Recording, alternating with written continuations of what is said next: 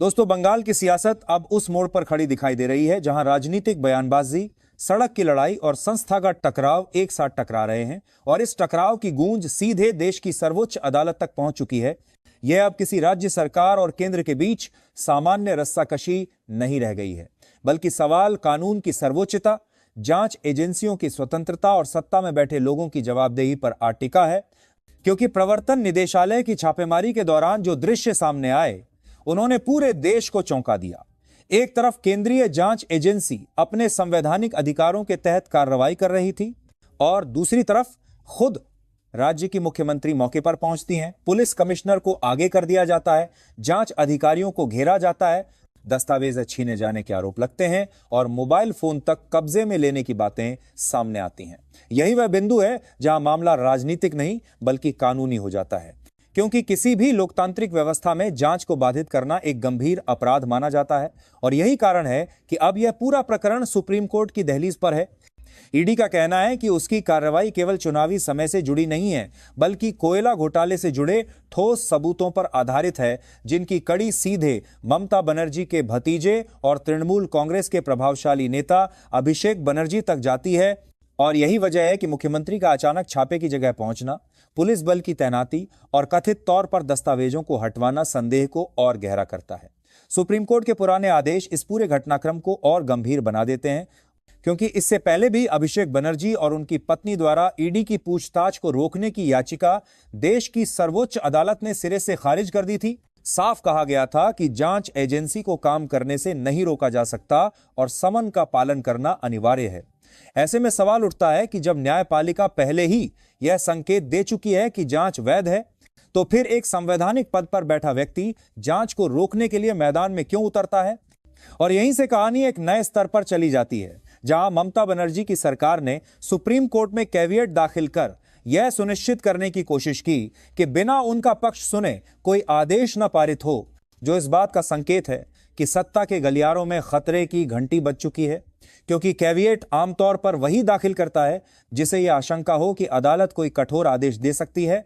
इसी डर की परछाई मुख्यमंत्री के सार्वजनिक बयानों में भी दिखती है, जहां वे ये कहती नजर आती हैं कि वे ईडी के सामने मुख्यमंत्री के तौर पर नहीं बल्कि पार्टी प्रमुख के तौर पर गई थीं। एक ऐसा तर्क जो कानून की कसौटी पर टिकता नहीं दिखता, क्योंकि सत्ता और संगठन की सीमाएं एक ही व्यक्ति में घुल मिल जाती हैं और जब राज्य की पुलिस सक्रिय भूमिका में दिखे तो यह दावा और भी कमजोर हो जाता है। इस पूरे घटनाक्रम ने बंगाल की राजनीति को एक ऐसे मोड़ पर ला खड़ा किया है जहां अब सवाल यह नहीं रह गया कि छापा क्यों पड़ा, बल्कि यह बन गया है कि क्या जांच को बाधित किया गया, और अगर किया गया तो क्या कानून सबके लिए बराबर है या सत्ता में बैठे लोग खुद को कानून से ऊपर मानने लगे हैं। इस पूरे घटनाक्रम को और विस्फोटक बनाता है मुख्यमंत्री ममता बनर्जी का बदला हुआ सार्वजनिक रुख, जिसमें आक्रामकता से ज्यादा आत्मरक्षा और दबाव की झलक दिखाई देती है।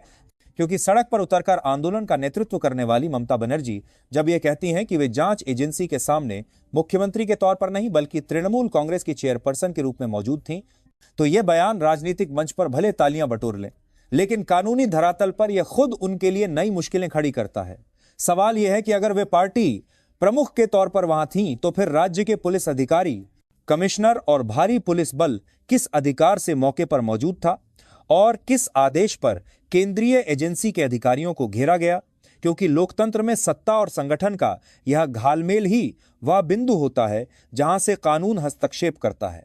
इसी क्रम में ममता बनर्जी द्वारा केंद्रीय गृह मंत्री अमित शाह और विपक्षी नेता शुभेंदु अधिकारी पर लगाए गए आरोप इस पूरे मामले को और पेचीदा बना देते हैं। क्योंकि सार्वजनिक मंच से पेन ड्राइव का दावा करना, कोयला घोटाले की रकम के ट्रांजैक्शन की बात कहना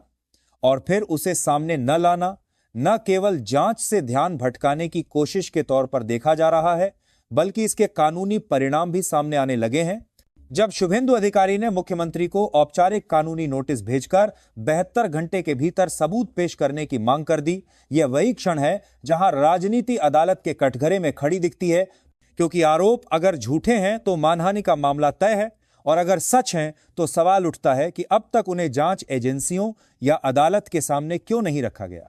इसी बीच तृणमूल कांग्रेस का यह तर्क कि आईपैक और राजनीतिक रणनीतिकारों की भूमिका पहले भी रही है और तब कार्रवाई क्यों नहीं हुई, दरअसल इसी बात को उजागर करता है कि जांच एजेंसियां समय सबूत और परिस्थितियों के आधार पर कदम उठाती हैं, न कि राजनीतिक शोर के आधार पर। यही कारण है कि अब यह पूरा मामला सिर्फ बंगाल की राजनीति या केंद्र राज्य टकराव तक सीमित नहीं रह गया है, बल्कि यह उस संवैधानिक प्रश्न में बदल चुका है कि क्या कोई राज्य सरकार केंद्रीय एजेंसी की कार्रवाई को बलपूर्वक रोक सकती है? क्या जांच के दौरान दस्तावेज हटाना और अधिकारियों को धमकाना स्वीकार्य है? और अगर ऐसा हुआ है तो क्या देश का कानून उतनी ही सख्ती से प्रतिक्रिया देगा जितनी सख्ती उसने अन्य मुख्यमंत्रियों के मामलों में दिखाई है? और अब इस पूरे घटनाक्रम का सबसे अहम, निर्णायक और दूरगामी असर डालने वाला सवाल देश के सामने खड़ा है।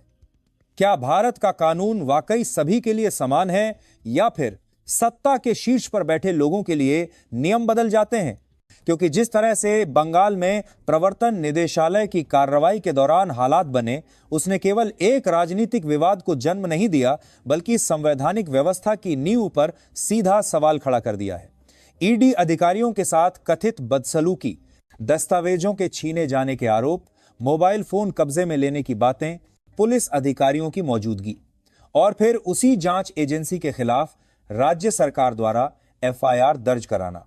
ये सभी घटनाएं मिलकर यह संकेत देती हैं कि मामला अब केवल आरोपों या बचाव तक सीमित नहीं रहा,